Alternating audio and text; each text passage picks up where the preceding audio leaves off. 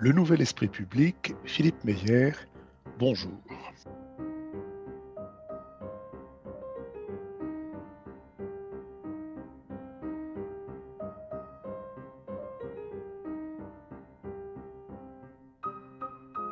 Bonjour, merci de nous rejoindre pour ce nouvel épisode de notre série de conversations avec des acteurs et des artisans de ce monde culturel si durement frappé en ce moment.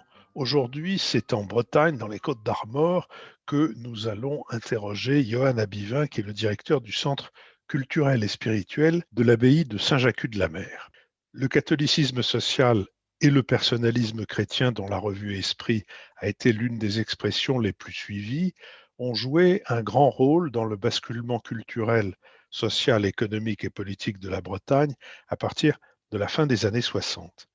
Et puis, le grain ayant germé, la plante dont il était issu s'est étiolée, allant quelquefois jusqu'à dépérir. Il en existe encore quelques spécimens vivaces, l'abbaye de Saint-Jacques en est un. Dans son état actuel, centre culturel et spirituel, elle a démarré au début des années 2000 autour d'une religieuse, sœur Simone Gendreau, et d'un prêtre connu en Bretagne pour sortir de l'ordinaire et des sentiers battus par la loi naturelle de la théologie, le père Élie Geffray. Il fut longtemps père et maire de son village. Des colloques ont notamment accueilli à Saint-Jacques Edgar Morin, Mona Ozouf, Jean-Marie Pelt, Dominique Schnapper, Fabienne Brugère, Régis Debray, Israël Nizan. Des artistes plasticiens, des écrivains et des poètes, locaux ou non, ont trouvé à Saint-Jacques un lieu d'exposition ou d'expression et même un festival. Des rencontres interreligieuses ont rassemblé chrétiens, musulmans, juifs et bouddhistes. Un fil directeur s'est maintenu à Saint-Jacques jusqu'à aujourd'hui, que le directeur de l'abbaye résume de cette manière. Chercher comment la pensée contemporaine et l'art nous invitent à déchiffrer le monde avec des lunettes inédites et faire de l'abbaye le théâtre d'un monde commun. Johan Abivin, bonjour. Bonjour. Alors, localisons brièvement l'abbaye et rappelons chronologiquement depuis quand elle fonctionne sur ce mode que je viens de dire de centre culturel et spirituel. Oui, alors l'abbaye se trouve, vous l'avez dit, dans les Côtes-d'Armor. En réalité, elle est plus proche de lieux que les auditeurs du Nouvel Esprit Public connaissent sans doute, que sont les stations balnéaires de Dinard et la ville de Saint-Malo. Mais nous sommes effectivement du côté des Côtes-d'Armor, tout au bout d'une presqu'île. Alors arriver à l'abbaye se mérite, puisqu'il faut aller vraiment serpenter dans cette langue de terre qui s'avance dans la Manche. Et l'abbaye se trouve au bout, presque sur la plage. C'est l'une des rares abbayes maritimes en France. Il y en a un certain nombre en Normandie. Nous ne sommes pas très loin de la Normandie, après tout. Mais l'essentiel des abbayes sont des abbayes terrestres en France. Il y en a quelques-unes qui ont donc bâti leur fortune sur les droits de la pêche et du poisson. Mais ce n'est plus, en effet, vous l'avez dit aussi, notre métier actuel. Nous voulons espérer qu'il n'y avait pas de naufrageurs ou de naufrageuses dans l'abbaye de Saint-Jacques, puisque c'est une communauté de religieuses qui l'occupe. Un mot sur cette communauté, sur cet ordre? Ah oui, alors une toute petite communauté, en effet, puisqu'elles sont au nombre de deux, la communauté se définissant probablement à partir de deux. Et il y a deux religieuses, en effet, qui appartiennent à une congrégation régionale, une congrégation bien bretonne du centre de la Bretagne, qui sont, alors accrochez-vous, les sœurs de l'Immaculée Conception de Saint-Main-le-Grand. Alors, l'Immaculée Conception, je pense que chacun voit de quoi il s'agit. Saint-Main-le-Grand, c'est aussi la ville de Louison-Beauvais, en Bretagne. C'est une petite commune qui se trouve à l'orée de la forêt de Brocéliande, et c'est tout simplement le lieu d'implantation de cette congrégation qui a peu essaimé en France, au-delà de l'Ouest, au-delà de la Bretagne, on va dire.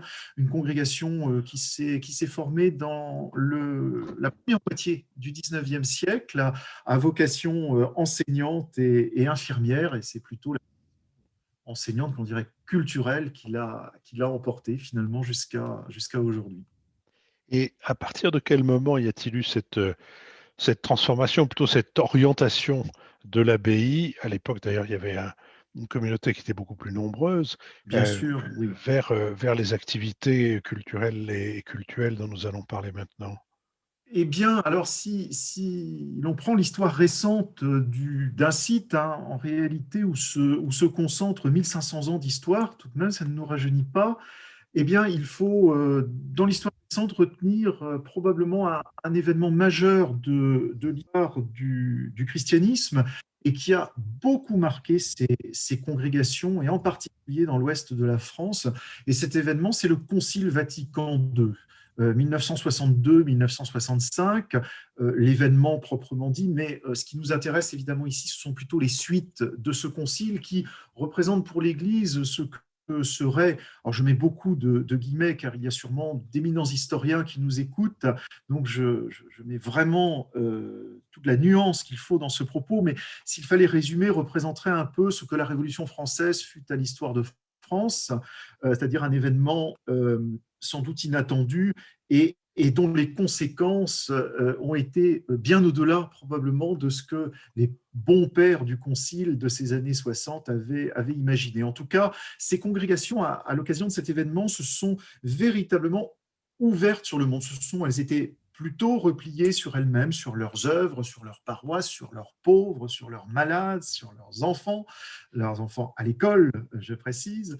Eh bien, elles se sont là véritablement intéressées à la matière du monde, d'un monde en profonde transformation.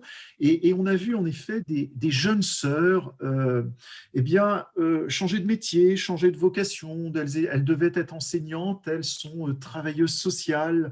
On voit tous ces métiers de proximité aux plus pauvres. Et la matière, finalement, la matière scolaire que la congrégation assure toujours, hein, jusqu'à aujourd'hui, mais pour une partie, eh bien, elle se transforme en une réflexion sur cette modernisation du monde. Et alors, il se trouve que les sœurs possédaient cet énorme bâtiment en bord de mer à Saint-Jacques-de-la-Mer.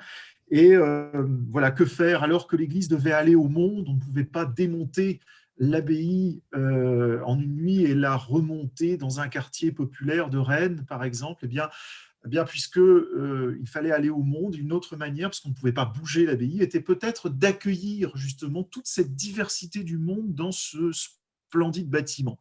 Et ça a été le choix, alors un choix très progressif, ça ne s'est pas fait dès les années du Concile, et on peut dire que le fonctionnement actuel de l'abbaye, donc en tant que cette grande maison d'hôtes, carrefour du spirituel et du culturel, en effet, eh bien, a vraiment commencé à fonctionner comme ça, finalement, il n'y a pas si longtemps. On peut dater ça de la fin des années 1990, début des années 2000. Oui, donc c'est assez loin après le Concile Vatican II, mais si vous voulez bien, pour qu'on ait une idée, pour que nos auditeurs aient une idée de la diversité précisément des choses qui se passent à l'abbaye, commençons avec quelques exemples. Est-ce que vous pouvez nous parler de la venue du professeur Israël Nizan, de nous dire un Ah oui, alors, mot, nous rappeler qui est le professeur Israël Nizan et nous dire un mot de sa venue à l'abbaye? oui, le professeur Israël Nizan est donc un spécialiste des questions de reproduction, enfin, de la reproduction, et donc derrière cela, bien sûr, des projets familiaux, enfin, de la naissance des petits garçons et des petites filles par aujourd'hui une diversité de moyens qui souvent d'ailleurs sont des sujets, en particulier dans l'Église, des sujets de crispation. Et nous avions donc fait le choix d'ouvrir un cycle de réflexion à l'abbaye, et comme nous aimons le faire en invitant des personnalités qui ne sont pas que des techniciens de la chose, si j'ose dire, mais qui portent aussi une réflexion sur leur pratique et ne se satisfont pas que de l'idéologie ou d'une pensée médiatique un peu facile, mais qui vraiment apporte quelque chose toujours de cette patte du monde. Et donc notre volonté, c'était d'accueillir dans ce cycle sur les questions de bioéthique le professeur Israël Nizan, que nous ne connaissions pas personnellement, mais dont nous connaissions la réputation. Et le professeur Nizan a accepté très gentiment de venir depuis Strasbourg tout de même jusque donc dans notre lointaine Bretagne. Il nous avait dit comme ça, je verrai la mer, donc il a tout de suite voulu venir. Et surtout, on ne savait pas trop à quoi nous attendre, d'autant plus, et ça a été notre immense crainte et déception, c'est que lorsque nous avons commencé à promouvoir cet événement, eh bien, j'ai reçu d'ailleurs diverses menaces, diverses condamnations. Comment un lieu comme une abbaye peut-il faire venir un homme qui manipule le vivant comme le ferait Israël Nizan? J'ajoute que la confession de M. Nizan, je vais préciser qu'il n'était pas tout à fait un bon catholique, enfin, etc. Je passe donc vraiment une situation extrêmement, extrêmement pénible, et en dépit de tout cela, eh bien, le professeur Nizan décide de venir quand même, voilà, et passer donc un long temps avec nous, car nous faisons des conférences qui sont assez longues, on prend le temps d'entrer dans les détails, et il commence par préciser qu'il ne vient pas très souvent dans les abbayes, mais que notre projet l'avait séduit. Et voilà, il s'autorise, alors là, comme souvent chez nous, une liberté de ton, une liberté de parole qui est rafraîchissante, qui est réjouissante, et surtout, et c'est ça que nous apprécions beaucoup, il apporte un discours extrêmement nuancé et appuyé sur son expérience de praticien. Il regarde le monde tel qu'il est, et il y avait sans doute dans la salle des personnes qui venaient justement avec des idées absolument arrêtées sur la question, et vraiment, il a réussi à faire entrer ces personnes dans la complexité de ces sujets.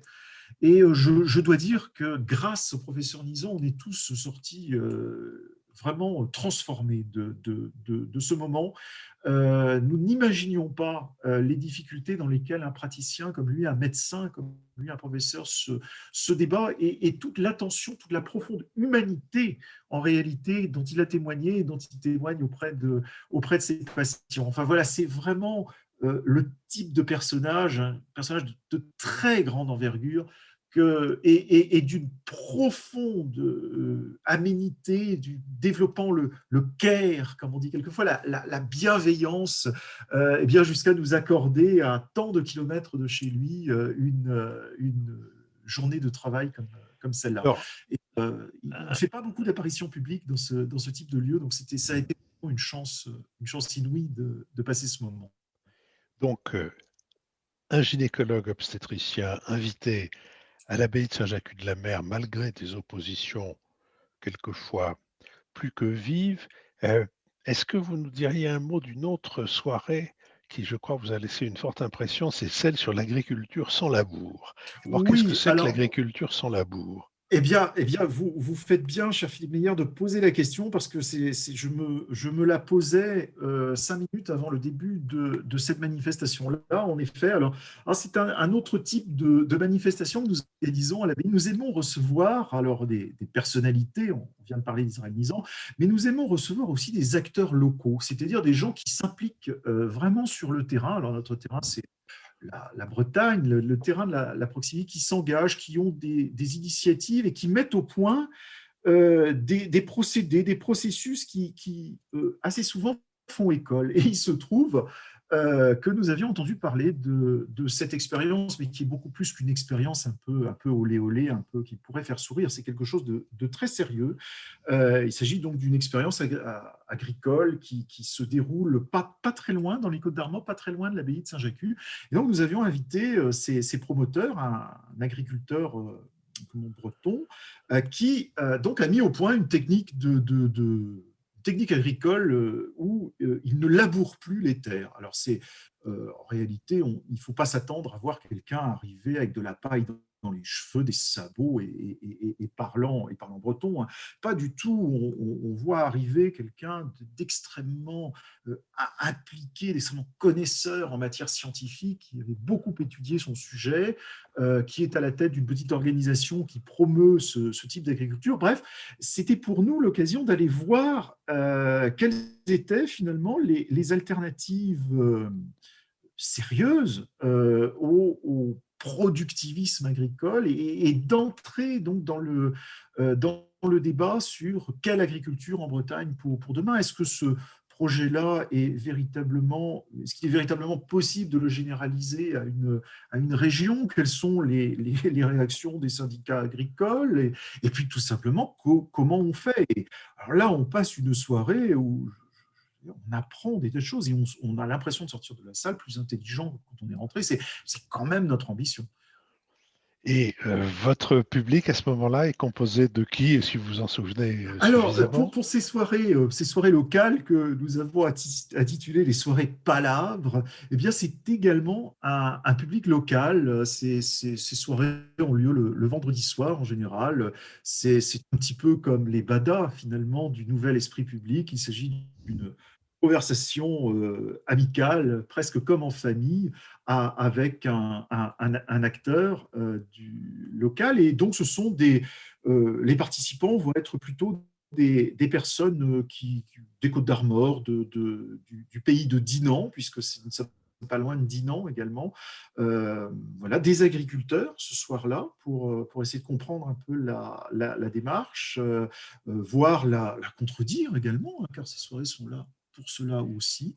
Et tout se termine, comme dans Astérix d'ailleurs, tout se termine par un buffet entre nous, où on se réconcilie après s'être un petit peu divisé sur le labour ou le pas labour. Le festival de poésie qui se déroule aussi entre les murs de l'abbaye, c'est un festival de poésie locale, bretonne ou de poésie universelle? Enfin, toute Oh, la poésie est poésie universelle, mais sûrement toujours universelle, oui, oui. C'est le local sans les murs, là, véritablement. C'est vraiment une initiative locale. Saint-Jacques-de-la-Mer accueille la commune, là j'entends, avec qui nous travaillons main dans la main. La commune eh bien, dispose d'une association locale d'amateurs de poésie qui fait des tas de choses, des lectures dans les bistrots, enfin pas actuellement bien sûr, mais beaucoup de choses, des déclamations sur les plages, enfin beaucoup d'initiatives très, très rafraîchissantes. Et l'idée était de mettre au point un des rares festivals de poésie en Bretagne et même en France. Au départ, une initiative purement locale, et l'abbaye avait été approchée, bien sûr, comme des acteurs importants du territoire. Nous avons dit oui immédiatement à l'idée d'accueillir à la fois des amateurs de vers de Saint-Jacques-de-la-Mer, mais aussi avec l'ambition d'aller beaucoup plus loin et d'ouvrir sur des perspectives qui nous font regarder les vastes horizons de la mer, justement. C'est ainsi que chaque festival de poésie a une thématique. Nous avons évoqué les migrations, nous avons évoqué les étoiles, nous avons évoqué plein d'autres thèmes. Et l'abbaye est devenue vraiment partie prenante de ce festival en mettant son infrastructure à disposition. Il se trouve que nous disposons d'un beau piano. Il n'y a pas beaucoup de lieux non plus de ce type, disposant d'autant de salles de réunion et de pianos. Et donc, nous pouvons mettre en place des concerts poétiques.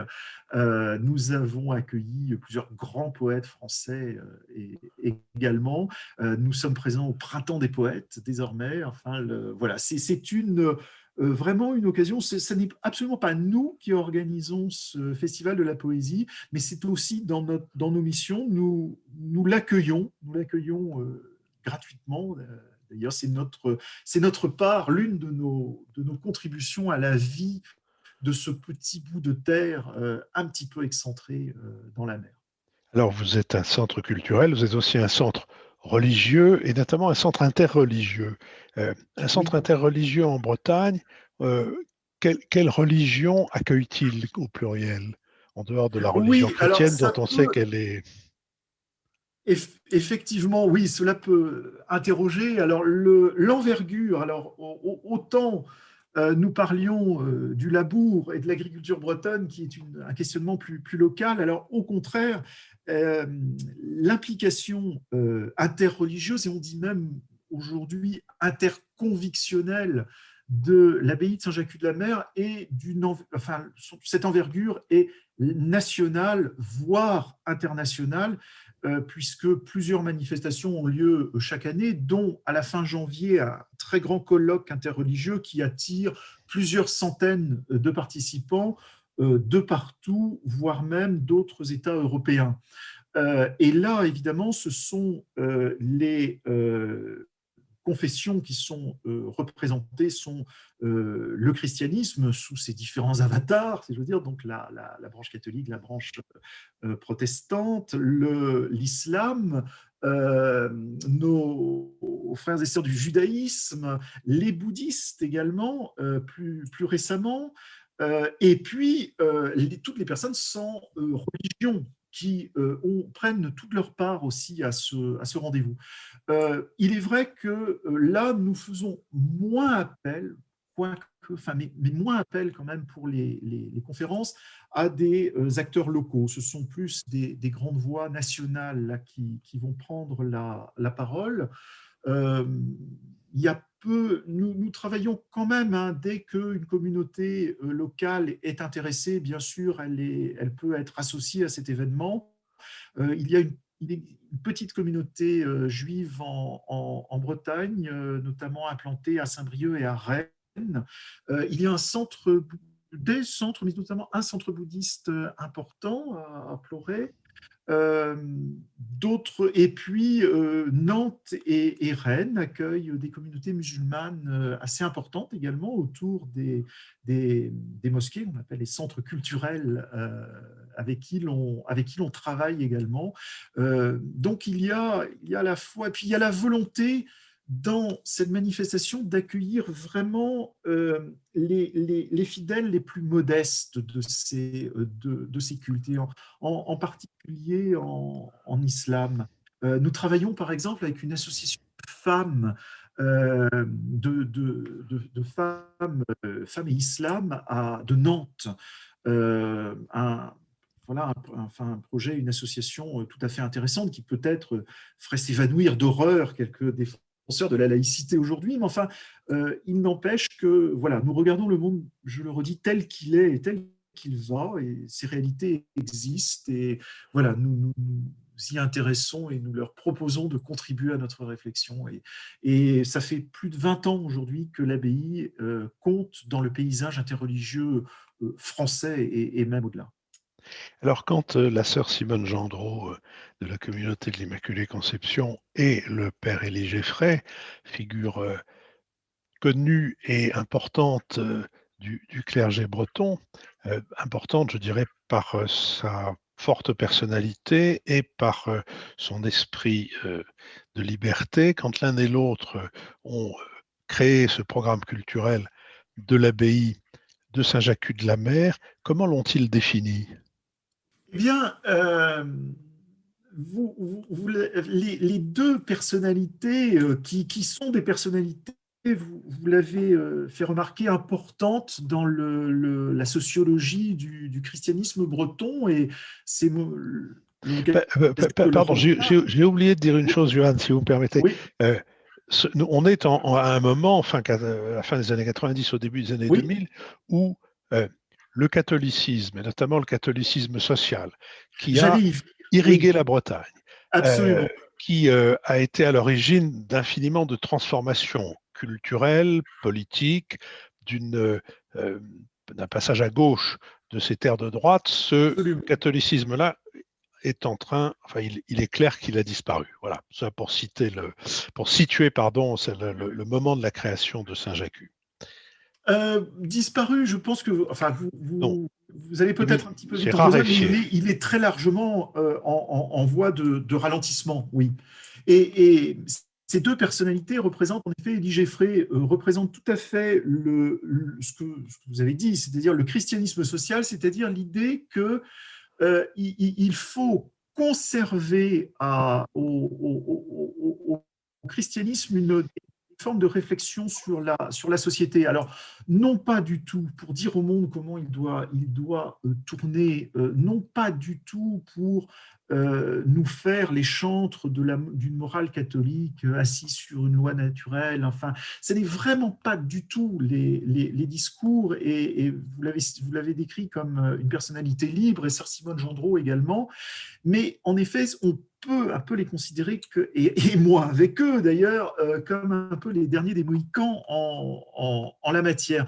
Mais donc, ils se situent dans cette tradition-là. Mais en effet, on est là dans les années, fin des années 90, début des années 2000, et on observe, alors là, jusqu'à aujourd'hui, une profonde transformation qui accentue exactement ce que vous avez décrit, c'est-à-dire que bien la part christianisme social, c'est-à-dire ce qu'on appelait à l'époque dans nos premiers programmes des années 1980, des années 2000 à l'abbaye, les questions de société, eh bien, on s'aperçoit en effet que le public vieillit, il se raréfie, et donc il faut engager des transformations, et c'est là que la seconde personnalité, Sœur Simone Gendreau, en effet, qui représente sans doute une autre posture complémentaire, mais différente, un autre type de projet. Sœur Simone Gendreau est plutôt une avocate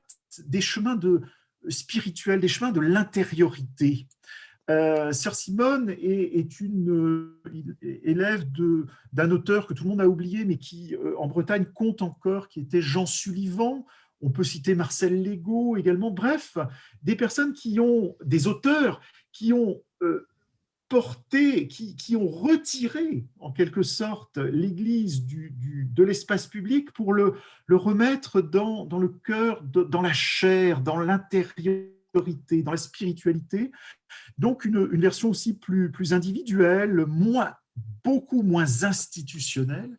Et aujourd'hui, l'abbaye se repose toujours sur ces deux piliers. Mais il est vrai que l'aspect christianisme social est sans doute en perte de vitesse aujourd'hui, tandis que les aspects de réflexion spirituelle, de déchiffrement d'une intériorité, la question du déchiffrement du sens, quel sens l'individu donne-t-il à sa vie, comment se constitue-t-il son récit de vie. Je rappelle aussi que Sœur Simone fut une élève de Paul Ricoeur, et bien ça, ce sont des manifestations qui effectivement prennent de l'ampleur et qui correspondent au nouveau paysage religieux, y compris breton aujourd'hui.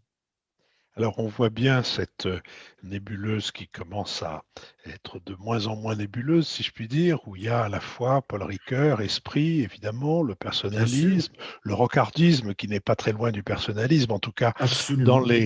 les milieux chrétiens. Et puis, alors, on n'a peut-être pas suffisamment souligné la diversité la qualité d'ailleurs, des gens que l'abbaye a accueillis, soit pour des rencontres, soit pour des colloques. Vous m'avez écrit, quand je vous ai demandé de me rafraîchir la mémoire à propos de l'abbaye Saint-Jacques, vous m'avez écrit d'une manière que j'ai trouvée assez humoristique, qu'il y avait plusieurs modalités à votre programmation culturelle. La modalité people autour de grands intellectuels, la modalité colloque autour de grandes thématiques contemporaines, la modalité buffet débat autour de grandes questions, mais avec des personnalités locales ou d'expériences locales, et la modalité atelier autour de la pratique d'art et de techniques, l'enluminure, le chant, l'écriture, ou la meilleure connaissance de penseurs qui travaillent de manière spirituelle. Je pense que ça donne une vision assez juste de la large activité qui est la vôtre et auquel on peut associer beaucoup de noms qui sont qui parleront à nos auditeurs: Mona Ozouf, Marie Desplechin, Dominique Schnapper, Jean-Louis Fournier, Jean-Pierre Mignard, mais aussi Edgar Morin, Régis Debray, Jean-Marie Pelt, Axel Kahn, Jean-Claude Guilbeault, et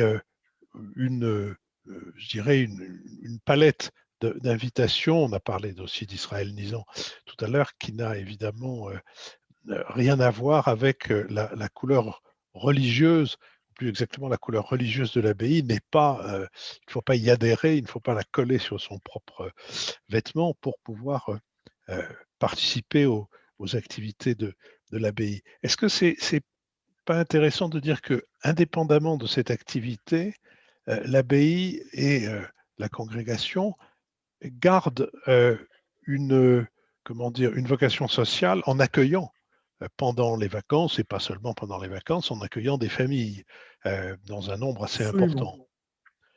Oui, absolument. Vous avez entièrement raison. C'est le plus vieux métier d'ailleurs de l'abbaye, parce que lorsque les sœurs s'installent en 1875 en rachetant les ruines en réalité de l'abbaye de Saint-Jacques-de-la-Mer, qu'elles remonteront, c'est pour en faire constituer les splendides bâtiments d'aujourd'hui, eh bien, elle crée en effet une école, et cette école devait être gratuite. Et pour payer cette école, nous sommes à la fin du 19e siècle, eh bien, il fallait une source de revenus, et cette source de revenus, elles le trouveront en ouvrant ce qu'on appelait les bains de mer, elles ont presque inventé la thalassothérapie, d'ailleurs, sur la côte, en faisant chauffer l'eau de mer, d'ailleurs, dans des bassins. Enfin, dont on a encore quelques témoignages et qu'on retrouve à l'occasion de travaux. Et donc, elles ouvrent en effet la pension de famille estivale. Et il se trouve que cette pension de famille existe jusqu'à aujourd'hui. On peut venir en effet en vacances à l'abbaye de Saint-Jacques-de-la-Mer. On peut venir tout faire en réalité à l'abbaye de Saint-Jacques-de-la-Mer. On peut venir participer à une activité proposée dans le cadre de sa programmation, mais on peut aussi, et c'est même à certains moments de la vie, je crois, assez recommandé, on peut aussi venir ne rien y faire, c'est-à-dire souffler un peu en bord de mer. Euh, En plus, on y mange quand même relativement bien, pour ne pas dire très bien, avec un nouveau jeune chef d'ailleurs de cuisine. Et donc, depuis 1875, nous accueillons en effet, alors, vous l'avez dit, des familles, pas que, car il y a aussi des gens seuls, seuls ou un peu seuls dans ce pays. Ils sont évidemment aussi les bienvenus. Il n'y a pas besoin d'être en famille pour venir à l'abbaye, il n'y a pas besoin d'être catholique, il n'y a pas besoin de montrer quelques certificats que ce soit. Nous accueillons eh bien, les gens tels qu'ils se présentent en réalité. Nous sommes attentifs, ça c'est aussi un des fruits du christianisme social, à essayer de trouver les moyens de permettre d'accueillir des familles plus modestes. Et c'est ainsi que nous avons un partenariat, un agrément des caisses d'allocation familiale pour permettre en effet d'accueillir des milieux plus modestes pour des vacances, bien entendu. Et je précise bien sûr que si des activités spirituelles, etc., étaient proposées au moment de leur séjour, il n'y a évidemment aucune obligation d'y participer. Loin de là. En réalité, chacun fait ce qu'il veut à l'abbaye. Johanna Bivin, j'aimerais qu'on parle maintenant de quelques-uns des projets que vous nourrissez à l'abbaye de Saint-Jacques-de-la-Mer. Peut-être votre participation aux journées annuelles de la revue Esprit, par exemple. Qu'est-ce que vous en attendez? Quelle Oui, forme ça va prendre? oui. Alors, nous sommes d'ailleurs en train activement de les préparer. En effet, comme je le disais précédemment, donc nous remarquons que les propositions que nous faisons autour des questions de société, euh, voilà, le public change, l'audience est différente. Et puis surtout, nous étions habitués à l'abbaye depuis justement ce début des années 2000 à organiser beaucoup de choses par nous-mêmes. Or, aujourd'hui, les temps sont au contraire à essayer de créer des synergies. Et donc, nous avons regardé un petit peu avec quels acteurs, on va dire, de l'intelligence collective aujourd'hui, du débat intellectuel, quels acteurs notre histoire nous portait. Et bien entendu, compte tenu de notre histoire, nous avons un compagnonnage, mais qui n'avait jamais été formalisé en tant que tel avec les milieux personnalistes et la revue Esprit en particulier. Et donc, au cours des années passées, nous avons eu l'occasion de mettre en place quelques collaborations, quelques coopérations autour de manifestations plus ponctuelles. Et nous avons décidé, à partir donc de 2021, ce sera le 20 mars 2021, de mettre en place des journées régionales de la revue Esprit. L'idée est la suivante, c'est de retenir un numéro qui aura fait un peu date de la revue Esprit. Nous envisageons en mars prochain de revenir sur le numéro que la revue va consacrer aux femmes, au féminisme aujourd'hui, et d'accueillir lors de cette journée des contributeurs de la revue qui pourront donc avoir le temps et les moyens de creuser plus que eh bien, le nombre de signes que la revue leur avait alloué.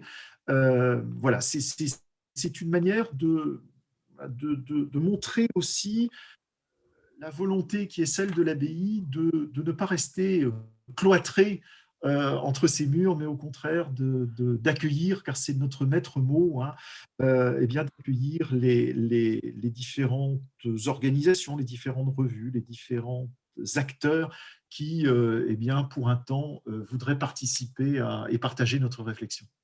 Alors, il y a un projet qui m'intrigue, et c'est peut-être sur ce projet que nous allons euh, terminer cet entretien, mais c'est votre projet d'une grande journée en mémoire de François Mauriac. De quel François Ah oui, Mauriac? Parce que il y en a plus d'un, ils sont d'ailleurs tous intéressants à des titres divers, mais oui. quel est ce François Mauriac que vous avez choisi? Je dirais, c'est pas un moment où il est oublié, il n'a jamais été tout à fait oublié, mais enfin, comme romancier sans doute et comme auteur de théâtre, aussi, bref, quel est votre François Mauriac de départ, en tout cas, pour cette grande journée? Et qu'est-ce qui vous a poussé dans ses bras, si j'ose dire?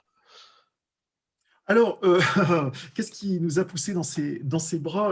Aussi une histoire personnelle, ma propre histoire personnelle, intellectuelle, où j'ai, voilà, je me suis jeté dans les bras de François Mauriac il y a longtemps comme doctorant, et j'apprécie ce personnage qui me semble être, je ne sais pas si on peut l'appeler l'homme de l'en même temps, le précurseur de l'en même temps, mais voilà un personnage extrêmement saisissant qui appartient à cette bourgeoisie catholique à droite et qui évolue sans jamais véritablement, on n'arrive pas vraiment à le situer au final en politique. Donc vous aurez compris que c'est cet aspect-là du personnage qui m'intéresse et qui nous intéresse. On est en train d'essayer de bâtir quelque chose. Donc c'est moins le François Mauriac romancier que le Mauriac engagé dans son siècle. Euh, Michalon, les éditions Michalon, ont publié il y a quelque temps un formidable petit recueil sur le sens de la justice chez François Mauriac, qui est toute une réflexion derrière ça sur la démocratie. Bref, c'est le Mauriac politique en réalité qui nous intéresse, et nous essayons d'ailleurs actuellement eh bien, de convaincre quelques spécialistes de cette question d'y contribuer à cette journée justement. Eh bien, écoutez, j'espère que rien ne s'opposera à ce que cette journée se tienne en mars, vous avez dit, n'est-ce pas, le 21 mars, si je vous ai... Non, la journée avec la revue Esprit Ah, sur pardon, le Esprit, c'est le 21 mars, et François Mauriac. Mauriac, Non, Mauriac, c'est pas encore fixé. très bien. Mais écoutez, j'espère que l'une et l'autre, en tout cas, pourront se tenir. Je vous remercie de nous avoir éclairé sur les activités culturelles et spirituelles de l'abbaye de Saint-Jacques, qui font d'ailleurs de ce lieu un lieu rare, sinon unique. Et je donne rendez-vous à nos auditeurs autour de l'abbaye si la Bretagne les attire comme elle en attire beaucoup. Johann Abivin, merci. Merci à vous.